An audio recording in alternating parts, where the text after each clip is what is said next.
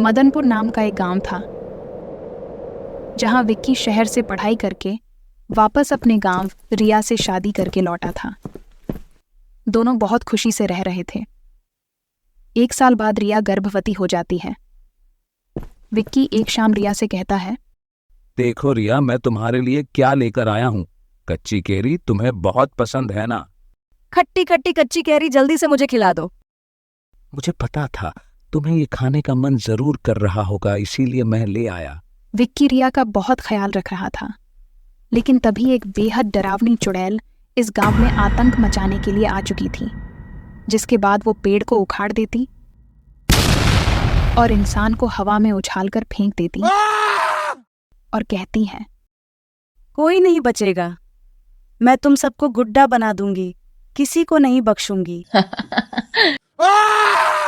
ऐसा कहकर वो एक आदमी को हवा में उठाकर कहती है, अब तू गुड्डा बनने के लिए तैयार हो जा, वैसे भी तू इतना बुढ़ा हो गया है और जीकर क्या उखाड़ेगा। ऐसा बोलकर वह चुड़ैल उस आदमी को एक गुड्डा बना देती है। देखते ही देखते पूरे गांव में उस चुड़ैल का खौफ पैदा हो जाता है। सभी लोग उससे डरने लगते हैं। वहीं रिया जब घर से बाहर झाड़ू लगाने के लिए निकलती है तो विमला उससे कहती है, अरे, इस हालत में तुम्हें घर से बाहर नहीं निकलना चाहिए। पर क्यों भला? ऐसा क्या हो गया जो मैं घर से बाहर नहीं निकल सकती? लगता है तुम्हें गांव की आतंक के बारे में कुछ भी नहीं पता। कुछ दिनों से एक डरावनी भूतनी ने हमारे गांव पर कब्जा कर लिया है। बेहतर होगा कि तुम घर के अंदर रहकर अपनी बच्चे की रक्षा करो। क्या? मैं नहीं मानती, ये भूतनी कुछ नहीं होता। मैं सच बोल रही हूँ, मेरी बातों को नजरअंदाज मत करना। विक्की काम से आता है तो रिया उसे विमला की कहानी बता देती है, जिसके बाद विक्की कहता है, क्या बकवास है रिया, तुम तो जानती हो ना, हम इन सब बातों को नहीं मानते और ऐसा कुछ होता भी नहीं है। चलो अब खाना दो, बहुत तेज भूख लग रही है। ऐसे ही एक दिन रिया गाय को खाना खिलाने के लिए अपने घर से बाहर आ जाती है। तभी वो चुड़ैल एक आदमी को मार ही रही होती है कि उसकी नज़र रिया पर पड़ती है, जिसे देखकर तो तुरंत उस आदमी को छोड़ देती है और रिया को देखकर कहती हैं, कितनी सुंदर गुड़िया है, ये हमारे गांव में कैसे आ गई? ये तो यहाँ की लगती भी नहीं है, ऊपर से मेरी नजर भी इससे नहीं हट रही है। इसे तो मैं अपनी गुड़िया बनाऊंगी। रिया गाय को खाना खिलाकर घर में वापस चली जाती है। तभी चुड़ैल खिड़की से रिया को काम करते हुए देखती है और उस पर मोहित हो जाती है। रिया को अकेला देखकर वह चुड़ैल उसके पास जाती है, जिसे देखकर रिया डर जाती है और उसके हाथ से सब्जियां गिर जाती हैं।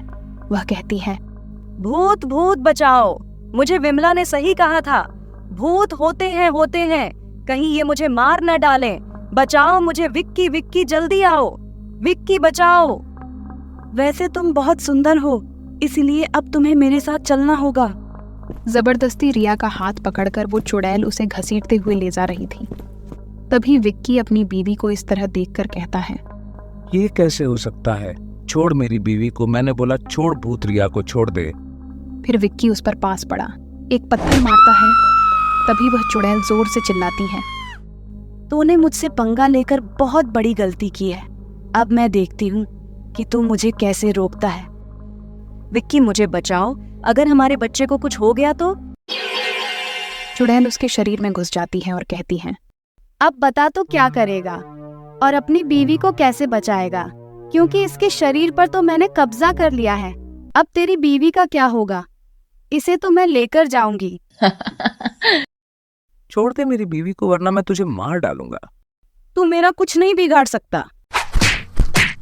वो चुड़ैल रिया के पेट में मुक्के मारती है और कहती है, मैंने तेरे बच्चे को मार डाला, वो तो मर गया होगा। मेरे छोटे से बच्चे ने तुम्हारा क्या बिगाड़ा है? क्या चाहिए तुम्हें? मुझे तुम्हारी बीवी बहुत पसंद है, मैं उससे अपनी गुड़िया बनाऊंगी, इसलिए मैं उसे ले जाऊंगी। अगर मैंने जल्दी ही कुछ नहीं किया तो ये मेरी रिया को अपने साथ ले जाएगी।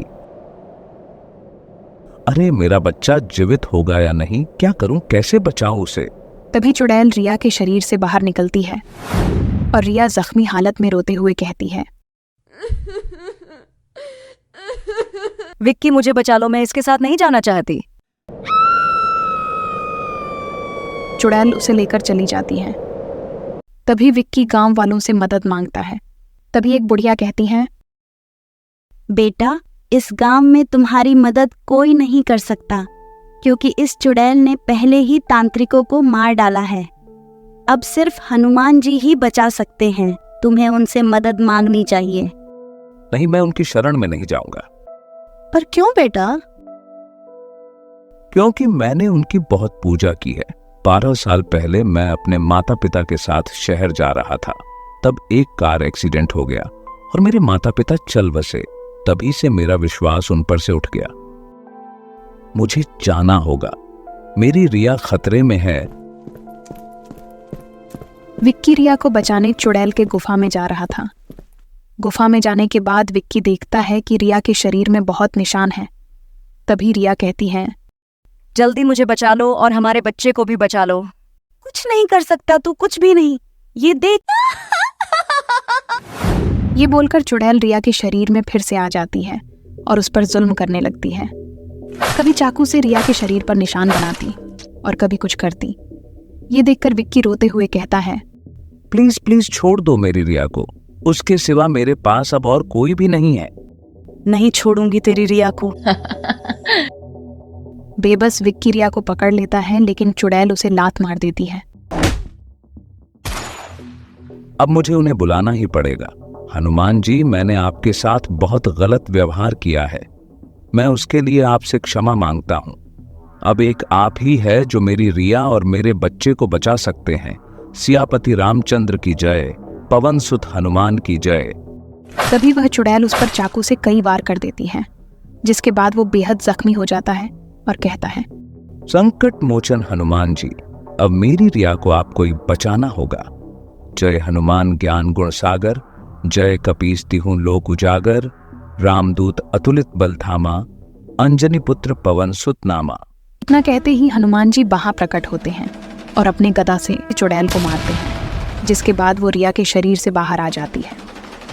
वहीं विक्की अंजनी पुत्र के अवतार को देखकर नतमस्तक हो जाता है। हनुमान जी उस चुड़ैल को अपनी शक्तियों से मारते हैं